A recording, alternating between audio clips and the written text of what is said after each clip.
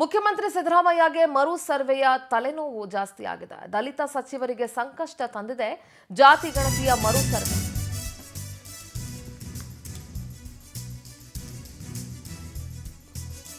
ನೋಡಿ, ಪ್ರತಿಯೊಬ್ಬರು ಅಷ್ಟೇ ಇಲ್ಲಿ ಮರು ಸರ್ವೆ ಆಗ್ಬಿಟ್ರೆ ಏನಾಗ್ಬಿಡುತ್ತೋ ಅನ್ನುವಂಥ ಭಯ.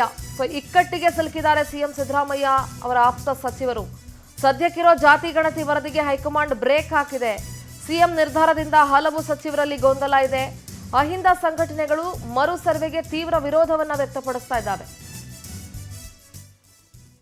ಈಗ ಏನು ಸರ್ವೆ ಜಯಪ್ರಕಾಶ್ ಅವರ ವರದಿ ಇದೆ, ಕಾಂತರಾಜು ಜಯಪ್ರಕಾಶ್ ಅವರ ವರದಿ, ಅದನ್ನೇ ಜಾರಿ ಮಾಡಿ ಮರು ಸರ್ವೆ ಬೇಡ ಅಂತ ಅಹಿಂದ ಸಂಘಟನೆಗಳು ವಿರೋಧ ವ್ಯಕ್ತಪಡಿಸ್ತಾ ಇದ್ದಾವೆ.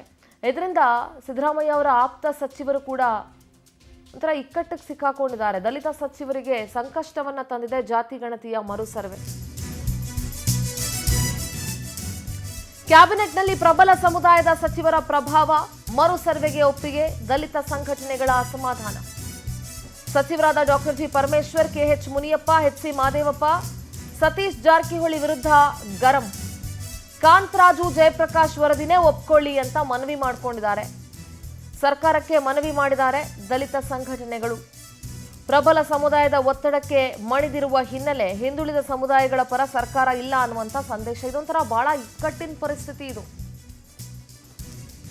ಒಕ್ಕಲಿಗ ಮತ್ತು ಲಿಂಗಾಯತರ ಒಂದು ಮನವಿಗೆ ಮಣಿದಿರುವಂಥ ಸರ್ಕಾರ ಮರು ಸರ್ವೆಗೆ ಮುಂದಾಗಿದೆ. ಈ ಸರ್ಕಾರಕ್ಕೆ ಹಿಂದುಳಿದ ಸಮುದಾಯಗಳ ಪರ ಇಲ್ಲ ಈ ಸರ್ಕಾರ ಅನ್ನುವಂಥ ಸಂದೇಶವನ್ನ ರವಾನೆ ಮಾಡ್ದಂಗೆ ಆಗುತ್ತೆ ಅಂತ ಅದೊಂದು ರೀತಿ ಚರ್ಚೆ ನಡೀತಾ ಇದೆ. ಇದರಿಂದ ದಲಿತ ಸಮುದಾಯದ ನಾಯಕರುಗಳಿಗೂ ಸಚಿವರುಗಳಿಗೂ ಕೂಡ ಭಾರಿ ಹಿಂಸೆ.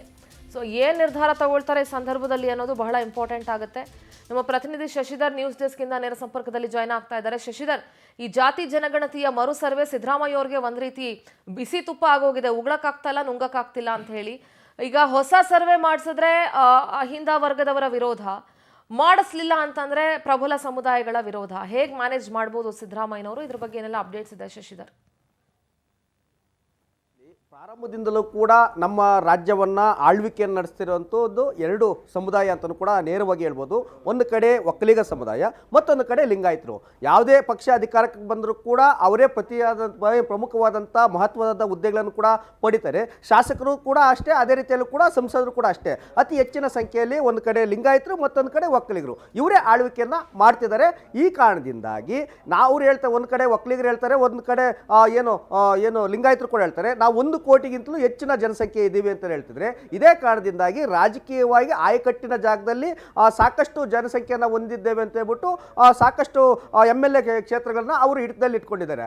ಆದರೆ ಸಂವಿಧಾನ ಏನು ಹೇಳುತ್ತೆ, ಪ್ರತಿಯೊಂದು ಸಮುದಾಯಕ್ಕೂ ಕೂಡ ಸಮಾನತೆ ಸಿಗಬೇಕು ಅಂತ ಹೇಳ್ಬಿಟ್ಟು ಸಿದ್ದರಾಮಯ್ಯನವರ ಆಶಯ.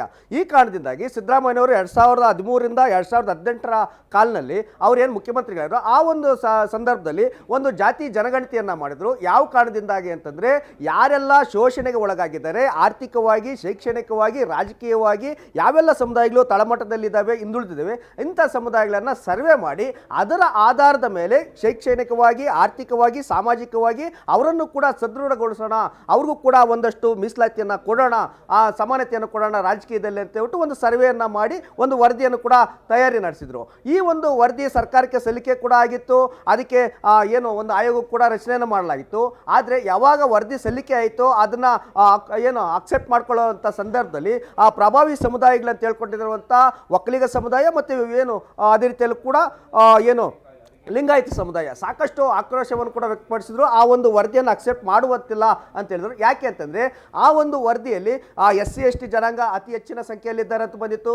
ಮತ್ತೊಂದು ಕಡೆ ಮುಸ್ಲಿಂ ಸಂಖ್ಯೆ ಅತಿ ಹೆಚ್ಚಿನ ಸಂಖ್ಯೆಯಲ್ಲಿದ್ದಾರೆ ಅಂತ ಹೇಳಿ ಬಂದಿತ್ತು. ಈ ಕಾರಣದಿಂದಾಗಿ ಎಲ್ಲಿ SC ST ಅದೇ ರೀತಿಯಲ್ಲೂ ಕೂಡ ಮುಸ್ಲಿಮರಿಗೆ ರಾಜಕೀಯದಲ್ಲಿ ಸ್ಥಾನಮಾನವನ್ನು ಕೊಡಬೇಕಾಗುತ್ತೆ, ನಮಗೆ ಸಿಗ್ತಿರುವಂಥ ರಾಜಕೀಯವಾದಂಥ ಸ್ಥಾನಮಾನ ಕೈ ತಪ್ಪುತ್ತೆ ಅನ್ನೋ ನಿಟ್ಟಿನಲ್ಲಿ ಪ್ರಭಾವಿ ಸಮುದಾಯದವರು ಸಾಕಷ್ಟು ಜನ ಆಕ್ರೋಶವನ್ನು ಕೂಡ ವ್ಯಕ್ತಪಡಿಸಿದ್ರು.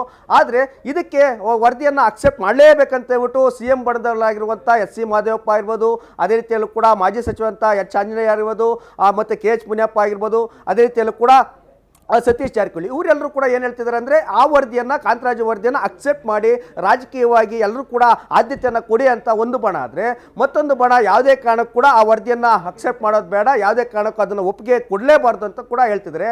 ಒಂದಷ್ಟು ಬಣ Okay, ಈ ಸರ್ವೆ ಮಾಡಿ ಪ್ರತಿಯೊಂದು ಸಮುದಾಯದಲ್ಲೂ ಕೂಡ ಮತ್ತೊಂದು ಬಾರಿ ಸರ್ವೆಯನ್ನು ಮಾಡಿ ಅಂತಿದ್ರೆ ಈ ಕಾರಣದಿಂದ 3 ವಿಚಾರದಲ್ಲಿ ಸಿದ್ದರಾಮಯ್ಯನಿಗೆ ಬಿಸಿ ತುಪ್ಪ ಆಗಿದೆ ಸುಂದರ. ಓಕೆ, ಥ್ಯಾಂಕ್ ಯು ಶಶಿಧರ್ ನಿಮ್ಮೆಲ್ಲ ಮಾಹಿತಿಗಾಗಿ.